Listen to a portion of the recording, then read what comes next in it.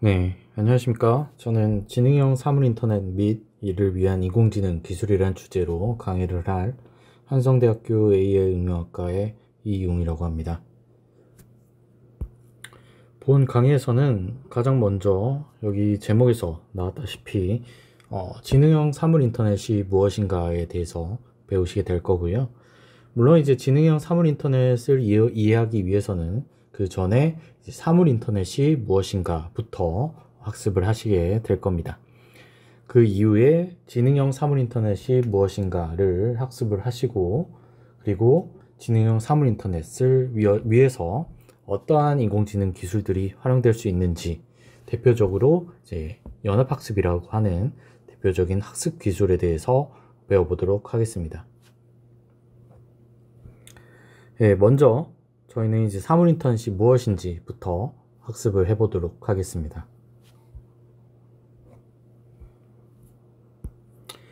우선 사물 인터넷의 배경부터 한번 보자면 여기 초연결 사회로 진입이다 라고 이제 되어 있는데 한번 간단히 읽어보도록 하겠습니다. 2030년까지 전 세계 사물 인터넷 장치는 254억 개로 증가할 것으로 예측을 한다. 그러니까 우리가 사용하는 디바이스 수만 보더라도 과거에는 스마트폰 정도였다면 현재는 뭐 스마트워치, 무선 이어폰 등등등 굉장히 다양한 디바이스들을 한 명의 개인이 활용하고 소지를 하고 있습니다. 이처럼 굉장히 많은 디바이스들이 과거에 비해서 엄청나게 수가 증가하게 됐고 이 수는 지속적으로 이제 증가를 하면서 2030년에 돼서는 굉장히 많은 수의 254억 개라고 하는 굉장히 많은 수의 개수만큼의 이제 디바이스 수가 될 거다. 이처럼 저희가 굉장히 많은 수의 디바이스가 존재하는 세상이 될 거다라는 예측이 하나가 있고요.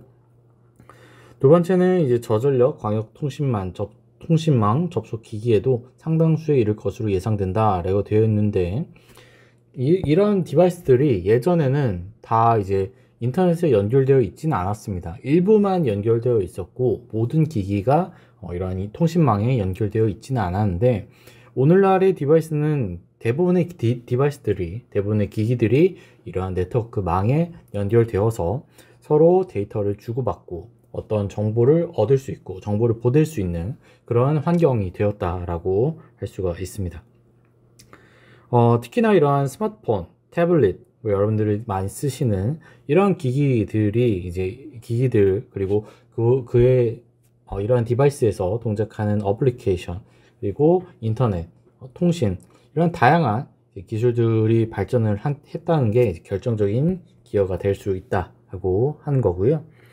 그래서 결론적으로는 주변의 모든 사물들이 이런 네트워크를 통해서 서로 연결되는 초연결 사회, 그러니까 굉장히 많은 디바이스들이 서로 언제나 데이터를 주고받을 수 있는 그런 환경을 저희는 이제 초연결 환경이라고 하는데 이러한 초연결 사회로 진입을 하게 되었습니다. 그래서 기존에도 사실 이러한 많은 디바이스들이 연결되는 상황, 연결되는 환경에 대해서 언급이 되어 왔었고, 그러한 이제 환경을 저희는 3Any라고 했습니다. 그러니까 anytime, anyplace, anyone. 그러니까 언제, 어디서 누구나 연결을 할 수 있는, 인터넷에 접속할 수 있고 데이터를 주고받을 수 있는 그런 환경을 저희는 이제 과거에 말을 했는데, 이것이 이제 초연결 사회로 이제 넘어가면서 더 발전된 개념인 거죠. 그래서 더 많은 데이터, 더 많은 디바이스들이 다양한 네트워크, 그리고 다양한 서비스를 연결할 수 있는 그런 상황을 저희는 이제 초연결 사회라고 하는 거고, 여기 3N에 더해져서 이제 6N까지 저희가 진화를 하게 된 겁니다. 그래서 anything, any service, any network까지 저희가 이제 세 가지 any가 이제 추가가 돼서 결국에는 더 많은, 더 다양한,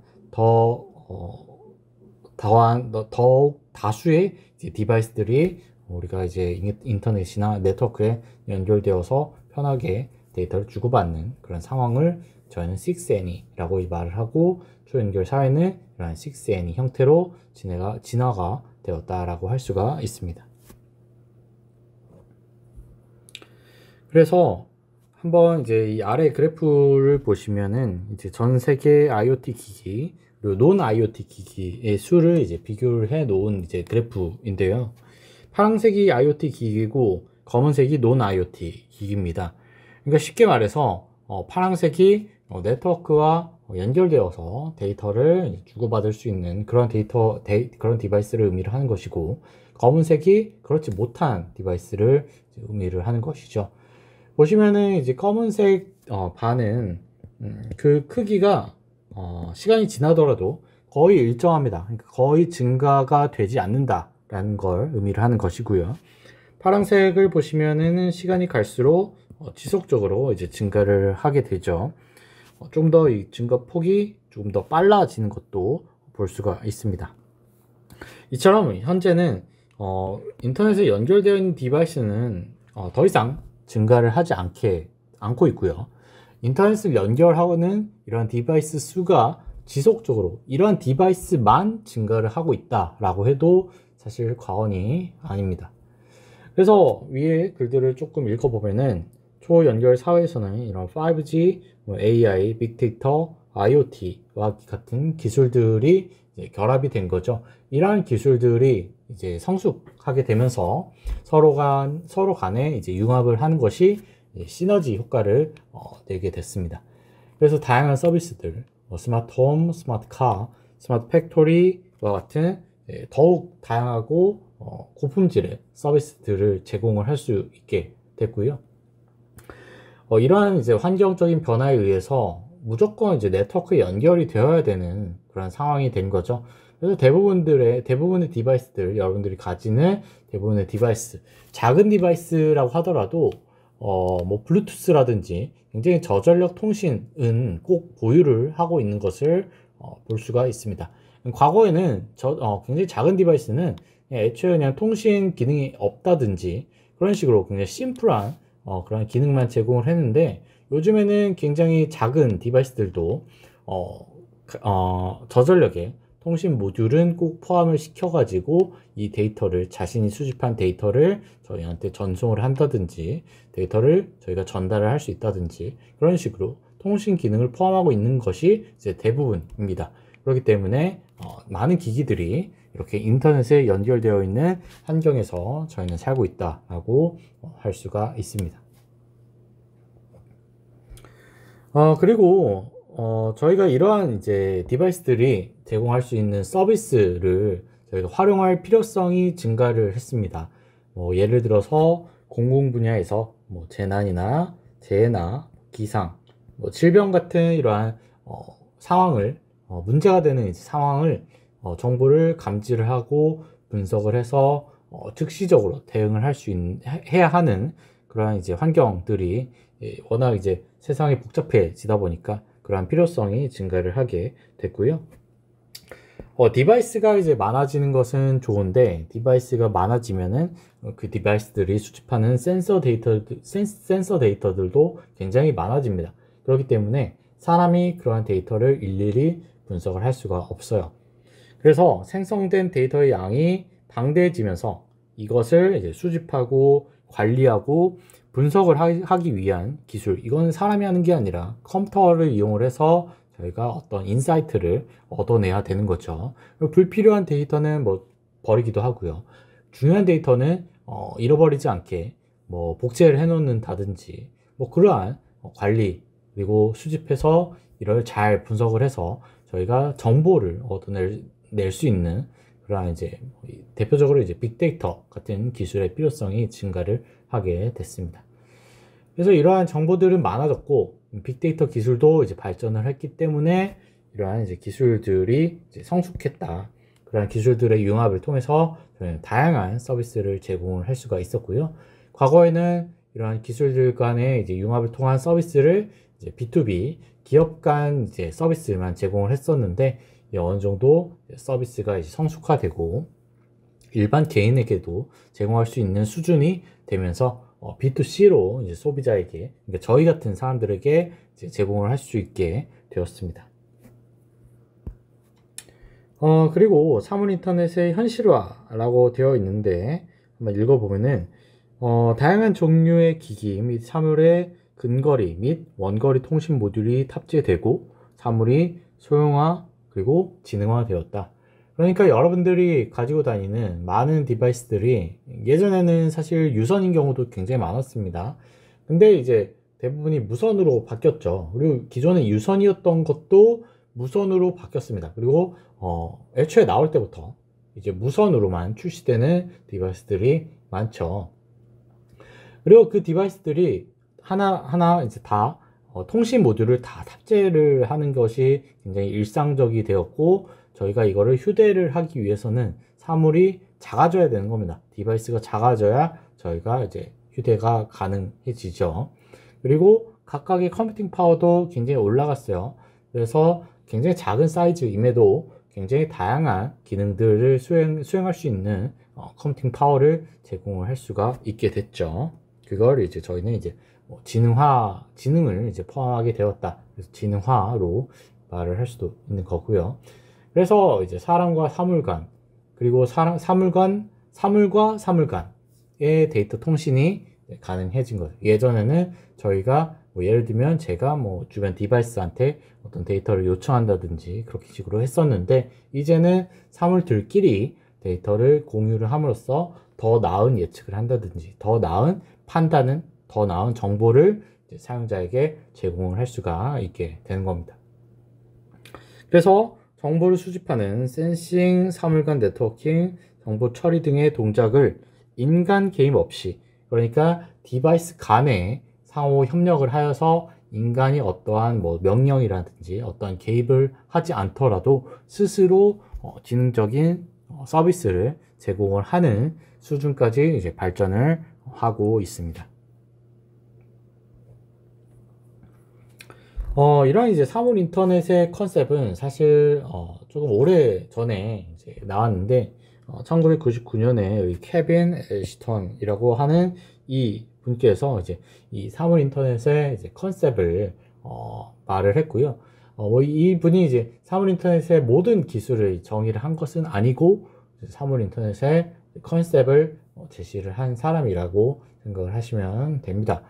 그래서 사물 인터넷의 정의를 한번 다시 읽어보면은, 인간, 사물, 서비스 세 가지 환경 요소에 대해 인간의 개입이 없이 상호 협력적으로 센싱하고 네트워킹하고 정보를 처리하는 등 지능적인 관계를 형성하는 사물 공간 연결망을 의미를 한다라고 되어 있습니다. 그래서 다소 좀 문장이 긴데, 그래서 다시 한번 간단하게 얘기를 하면은, 주변 사물들 간에 연결되어서 걔네들이 수집한 정보를 공유를 하고, 이를 바탕으로 상호작용할 수 있는 데이터를 서로 공유를 해서 서로 판단을 한다든지 서로 의견을 주고 받는다든지 이렇게 할 수 있는 지능형 자율형 네트워킹 기술 및 환경 서비스를 이제 의미를 한다 하고 생각을 하시면 되고요. 이러한 이제 사물 인터넷은 이제 정보통신 기술이 이제 발전을 했기 때문에 데이터 간의 데이터 통신이 좀 더 이제 쉬워진 거죠. 그러한 통신 모듈들도 작아졌기 때문에 이제 작은 디바이스에 포함이 될 수가 있었고, 이러한 통신 인프라들도 잘 깔려 있기 때문에 저희가 언제 어디서든 통신을 할 수가 있는 겁니다. 이처럼 제가 이제 아까 말씀드렸듯이 이러한 이제 사물 인터넷은 사실 특정 기술의 발전만으로 발현이 된 건 아니고요. 다양한 기술들이 어느 정도 이제 기술의 성숙도가 올라감으로써 이제 하나하나가 제 역할을 하게 된 것이죠. 그러한 이제 기술들이 이제 서로 융합되면서 이제 시너지 효과를 낸 결과다라고 이해를 하시면 될 것 같습니다. 그래서 예전에는 이렇게 디바이스들이 이쪽 그림을 보시면, 예전에는 이런 디바이스들이 사람 간의 디바이스와 사람 간의 통신이 됐었는데, 이제는 이러한 디바이스들이 네트워크로 엮여지게 되면서 서로 간에 이렇게 데이터를 공유를 할 수가 있게 되는 거죠. 그죠? 그래서 이제는 이러한 모습, 사람과 사물뿐만이 아니라 이제 사물과 사물, 그리고 뭐 사람과 사물은 이제 이전에도 뭐 있었고요. 뭐 그 외에도 다양한 디바이스 간의 이제 조합으로 저희가 더 나은 서비스를 제공을 할 수가 있는 겁니다. 이러한 사물 인터넷을 이제 활성화하기 위한 이제 네 가지 4대 요소가 있는데, 작게, 전기를 덜 쓰게, 싸게, 그리고 규격을 통일을 하는 것. 이렇게 네 가지 활성화 요소가 있습니다. 하나하나 한번 보도록 하겠습니다. 일단 이 디바이스의 사이즈가 작아져야 됩니다. 작아져야 저희가 어디든 뭐 부착을 할 수도 있고요.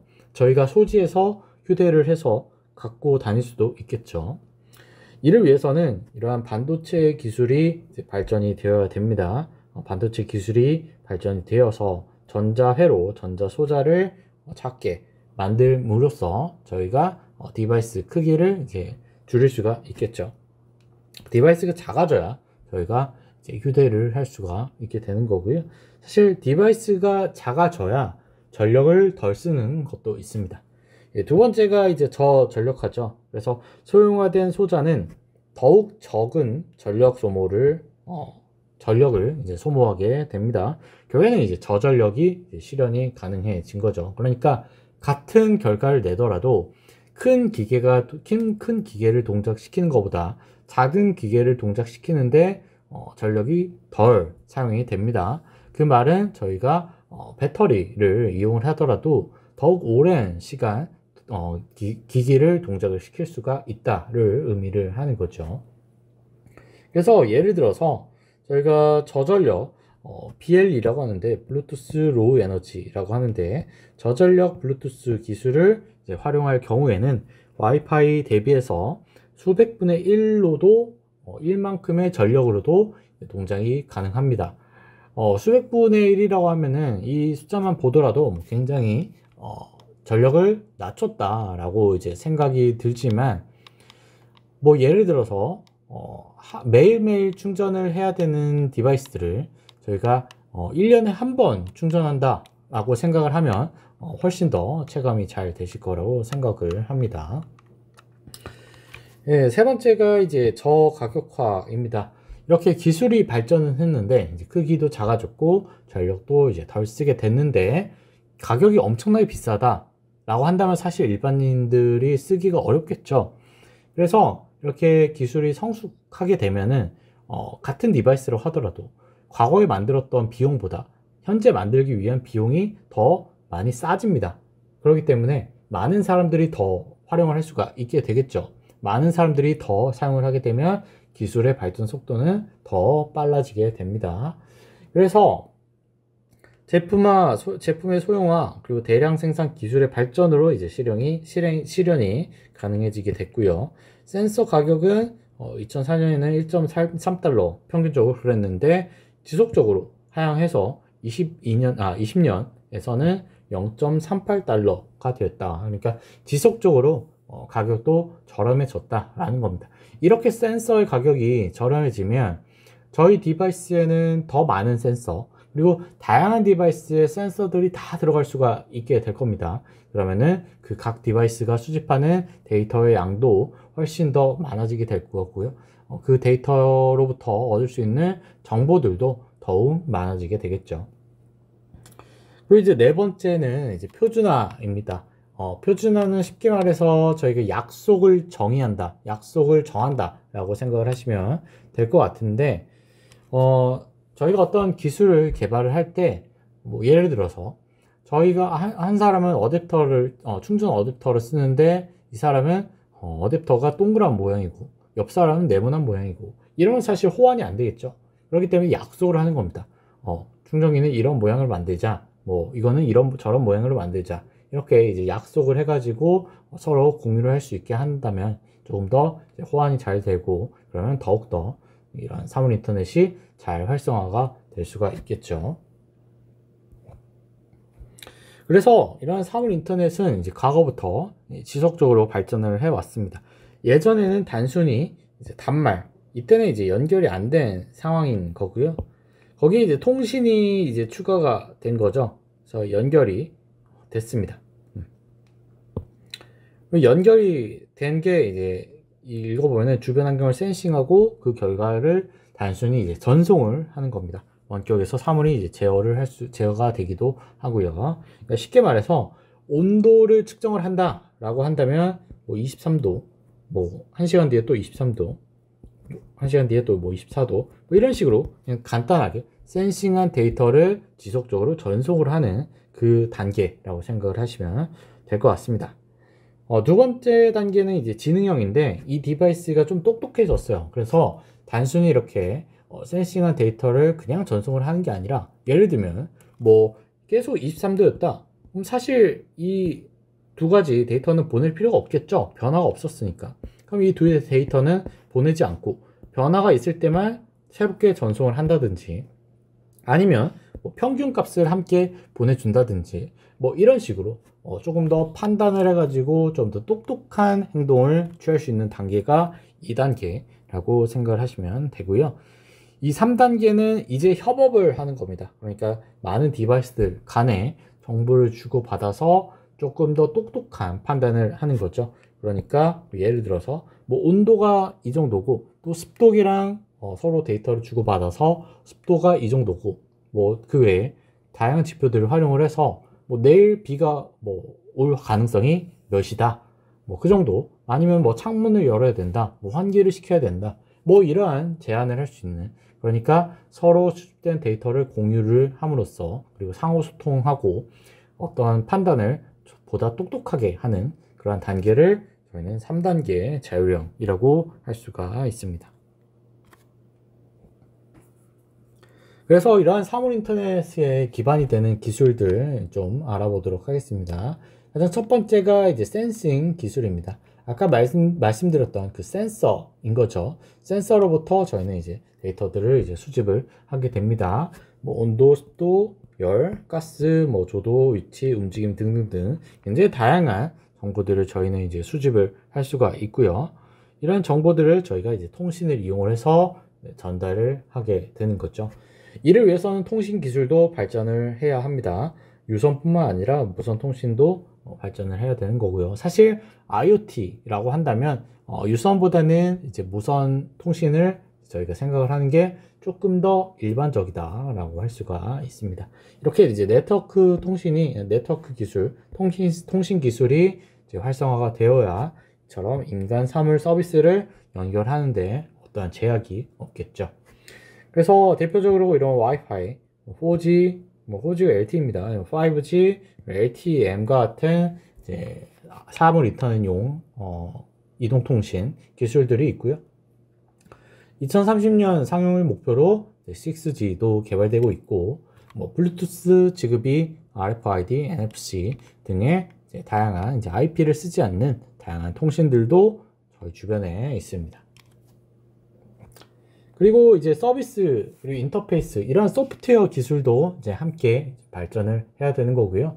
대표적으로 사물 인터넷에서는 REST 프로토콜이 굉장히 활용이 잘 되고 있습니다. 굉장히 가벼운 그런 프로토콜이라서 저희가 이제 컴퓨팅 파워가 좋지 않은 낮은 컴퓨팅 파워를 갖고 있는 디바이스에서도 충분히 활용을 할 수 있는 굉장히 경량화된 그런 프로토콜 기술입니다. 그래서 이러한 이제 소프트웨어적인 기술도 이제 함께 발전이 됐었어야 이런 사물 인터넷이 발현될 수 있었다라는 겁니다. 그리고 추가적으로 이제 아까 말씀드렸듯이 사물 인터넷 분야 외적인 다른 분야의 기술들도 함께 이제 성숙도가 올라왔기 때문에 이런 사물 인터넷이 조금 더 활성화 될 수 있는데 사물 인터넷 아까 설명드린 그러한 그러한 이제 기술인 거고요. 여기서 이제 데이터가 굉장히 많이 수집이 됩니다. 센서가 많아지고 디바이스가 많아지기 때문에 당연히 수집된 데이터도 많아지겠죠. 이러한 데이터를 사람이 하나하나 볼 수가 없습니다. 그렇기 때문에 이러한 방대한 양의 데이터를 수집하고 가공하고 분석하는 기술, 빅데이터 기술이 함께 이제 필요하게 됐고요. 이렇게 이제 잘 수집된 데이터가 있으면은 얘를 인공지능을 활용을 해서 조금 더 똑똑하게 예측을 한다든지 판단을 한다든지 좀 더 지능적인 인사이트를 저희가 얻어낼 수가 있습니다. 그러면 이러한 이제 컴퓨팅을 어디서 하냐? 디바이스는 굉장히 라이트하기 때문에, 그러니까 컴퓨팅 파워가 연산 능력이 좀 작기 때문에 그런 연산들은 이제 클라우드 컴퓨팅이나 엣지 컴퓨팅을 이용을 해서 다른 서버에서 대신 이제 연산을 수행을 해주게 되는 거죠. 그래서 결국에는 이러한 다양한 사물 인터넷 기술 외에도 이러한 다양한 기술들의 성숙도가 충분히 올라왔기 때문에 서로 융합을 내서 이 사물 인터넷이 조금 더 발전할 수 있게 됐다라는 겁니다. 예, 그래서 아까 말씀드렸듯이 이러한 이제 모습으로 다양한 기술들이 융합이 되고 있고요. 오늘날에는 이에 더 발전을 해가지고 사물 인터넷 각각의 디바이스의 컴퓨팅 능력도 충분히 올라간 디바이스들이 있기 때문에 대표적으로 스마트폰이라고 할 수가 있겠죠. 그런 스마트폰 자체에서 이러한 인공지능 모델을 이제 돌릴 수 있는 온디바이스 AI 기술도 발전을 하고 있습니다.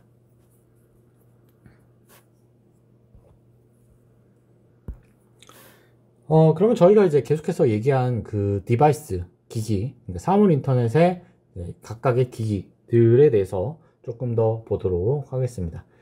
디바이스라고 한다면 여기 나와 있듯이 인터넷을 통해 연결되고 칩셋과 모듈을 이용을 해서 통신이 가능한 하나의 기기로 만들어진 형태를 의미를 하는 것이고요. 보통 이러한 디바이스들은 굉장히 경량화되어 있습니다. 그러니까 휴대하기 좋게 작게 만들기 때문에 애초에 컴퓨팅 파워를 높은 연산량을 저희가 제공을 할 수가 없습니다. 그래서 가벼운 소프트웨어를 일반적으로 내장을 하고 있고요. 다양한 센서들도 이제 포함을 하고 있습니다. 그래서 이제 크게 구성 요소를 보자면 센서, 그리고 커뮤니케이션, 통신 모듈인 거죠. 그리고 여기 액추에이터라고 있는데 어떤 동작을 이제 수행하는 거다라고 생각을 하시면 됩니다. 그러니까 예를 들어서 뭐 비가 온다 그러면은 습도를 이제 센싱을 하고요.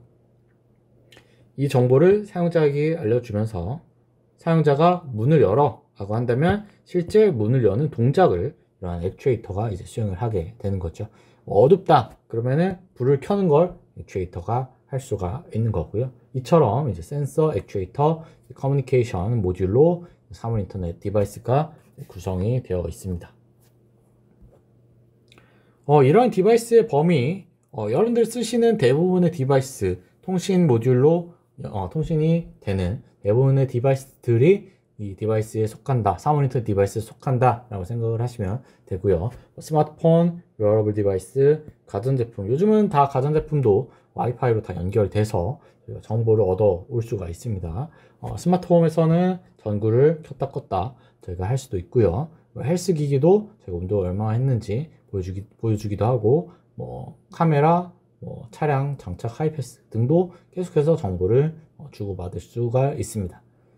이러한 이제 디바이스의 역할은 아까 말씀드렸듯이 센싱을 해가지고 그런 데이터를 네트워크로 전달을 해서 또는 일부 가공을 해가지고 주변한테 알려주는 그런 역할을 하는 거고, 더 나아가서 자율형 디바이스는 단순히 데이터를 전달만 하는 것이 아니라 이 데이터를 바탕으로 본인 스스로 약간의 판단, 뭐 엄청나게 고도화된 판단을 하기는 어려울 수 있지만 일부 판단을 해서 어느 정도 처리를 좀 하기도 하고요. 가공을 하기도 하고요.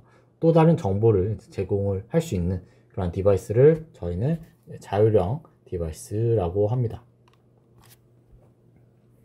그래서 보시면은 크게 이런 모양으로 되어 있습니다. 보통 여기 이제 배터리는 꼭 있어야 되는 거고요. 통신 모듈이 있어야 되고, 이러한 이제 전력을 관리하는 부분, 그리고 다양한 센서들로 이렇게 구성되어 있다고 생각을 하시면 됩니다. 그래서 이러한 센서들은 지속적으로 아까 말씀드렸듯이 지속적으로 가격이 저렴해졌고요. 그래서 많은 디바이스를 저희가 편히 사용을 할 수가 있게 됐죠. 실질적으로 굉장히 많은 디바이스, 많은 센서들이 저희가 사용을 하고 있고, 저희가 갖고 있는 이 스마트폰에도 굉장히 많은 센서들이 포함이 되어 있습니다. 여기서는 이제 굉장히 좀 제가 오래된 모델의 이제 예를 갖고 왔는데, 뭐 최근 모델에 좀 적합한 사진이 없어서 좀 오래된 모델을 갖고 왔는데, 요즘 나오는 디바이스는 훨씬 많은 디바이스, 센서들을 이제 가지고 있겠죠. 대표적으로 이제 동작 인식 센서, 뭐 가속도 센서, 선형 가속도, 중력 센서, 자이로 센서. 자이로 센서는 이제 각속도를 측정을 하는 거고요. 얘네들은 이제 가속도를 측정을 하는 겁니다. 그리고 중력이 어느 방향에 있는지도 저희가 측정을 하게 되고요. 어느 각으로 저희가 회전을 했는지도 알 수가 있습니다. 그리고 다양한 위치 센서도 저희가 포함을 하고 있습니다. 뭐 대표적으로 여러분들이 많이 쓰시는 뭐 GPS, 그리고 지자개 센서는 나침반이라고 생각을 하시면 됩니다. 동서남북을 저희가 알 수 있는 그런 거죠. 그리고 근접 센서, 얼마만큼 가까이 됐나, 옆 디바이스와 또는 사람과 얼마만큼 가까이 하고 있나, 이런 걸 이제 측정하는 센서도 포함이 되어 있습니다. 그 다음으로 이제 온도 센서, 뭐 습도 센서, 뭐 조도 센서, 뭐 기압 센서, 이렇게 내 주변 환경을 측정할 수 있는 다양한 환경 센서들도 다 포함이 되어 있어서 저희 디바이스, 대표적으로 스마트폰이 굉장히 많은 다양한 데이터들을 수집을 하고 있고, 그 데이터들을 잘 가공을 한다면 지금 환경이 어떤 상황인지 충분히 이제 유출을 할 수 있는 수준에 다다랐다고 생각을 하시면 됩니다.